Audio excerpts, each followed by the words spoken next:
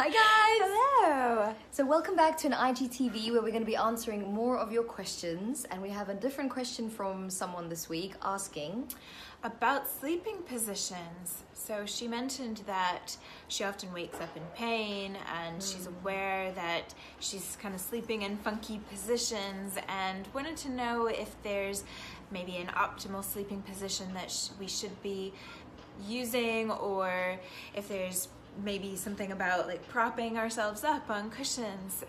And so we thought that would be a really interesting subject to touch on. Yes, so the first thing I wanted to say to you guys is that your body is evolution happening every single second, and that what you're doing right now is going to influence the health of your body later on, and it doesn't stop when you're sleeping. So the position that you assume in sleep will have an effect later on.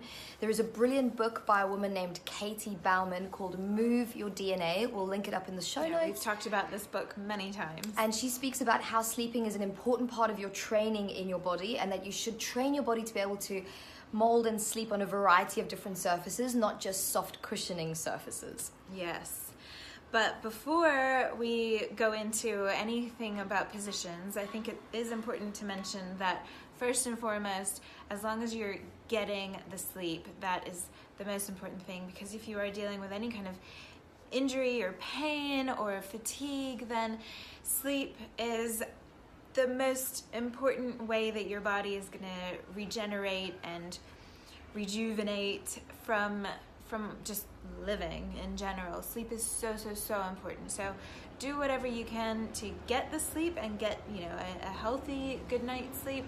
So not sleeping pills, because that's not real sleep.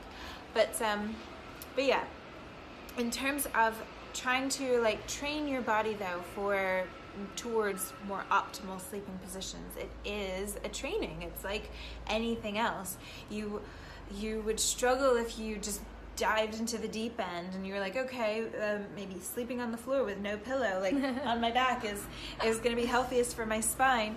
But if you try and just go straight to that place, it's going to be a struggle to get to sleep. Yeah, so remember that your sleep is your priority. So the little tips that we are going to give you, you can maybe start off your sleep with these little tips. And if you're like, no, I need to sleep on my side or my front, or I need to sleep in a funny position with my arm here, then you go into that place. But just for the first few minutes of your sleep cycle, start off, and this is one of the tips we wanted to give you, on your back.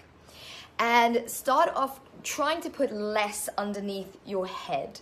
Because what's happening with most people is they're spending their whole day in this position working. So then when you go and lie down, you need quite a large support under your head. And this is sort of reinforcing the lack of strength in your deep neck flexors, which we've spoken about before. And it's creating a lot of tension in the upper traps to help keep your head on your body. So we want to train the deep neck flexors during the day. We want to release our upper traps so they're not stressed. And then when you go to sleep, instead of having this massive thing under your head, you actually want to put a small light support just underneath your neck. And you want to try and start off on your back. But like Adele was saying, because sleep is so important and probably an ingrained habit in the way you fall asleep, we want you to just start off with this, and then when you're like, guys, this is not working for me, that's fine.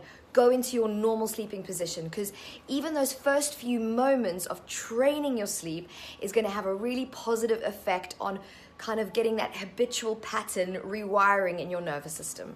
Yeah, and if you are one of these people you like to use two big pillows under your head, then it might be worth just starting off taking one of those pillows away, or slowly decreasing the size of whatever cushioning is under your head.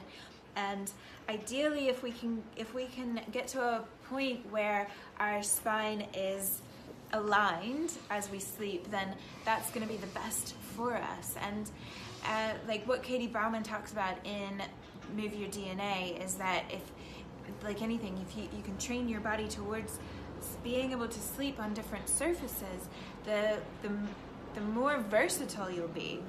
And that's another thing that we're always looking for.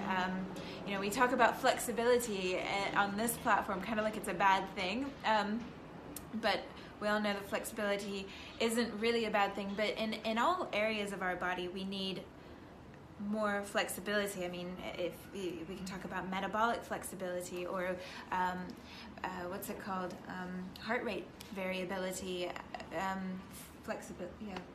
Variability. Yeah, it's all being able to kind of adapt to a variety of inputs and loads onto your body. Yes. And the important thing always to remember, this is something Adele and I are really passionate about, and this is probably why we loved Katie Bauman's book so much, is we have to always think about what our bodies would be exposed to if we were living in nature. It's like, how would we be sleeping if we didn't have these big comfy beds to lie on? And how many different surfaces wouldn't we have to interact with? Because most humans were nomadic, so they were going from different types of fields to grassy plains to desert to rocky areas, and they were having to survive in all of those different inputs in their body. But this is a good thing, because the more variety of stresses that your body has to cope with, the more strong and resilient it's going to be. Yeah. And just one more thing to note, in particular the neck is the area that we really want to pay attention to, because most of our proprioception comes from the nerve endings coming off the spinal cord in the neck, and as hypermobile people we particularly struggle with proprioception. So really working towards it, and give yourself weeks, months if you need to, but work towards trying to be able to sleep comfortably in a position where your neck is in the best alignment possible, as neutral as possible. And then you take that same training into your daily routine, and instead of being out here, you bring it back so that your deep neck flexors are firing, guys. It's really important, especially if you're someone who suffers from headaches. This could be a massive shift for you in terms of just feeling good in your body every day. Yeah. Cool. Yeah. Is that it for us? I think so. Yeah, guys, thank you so much for watching.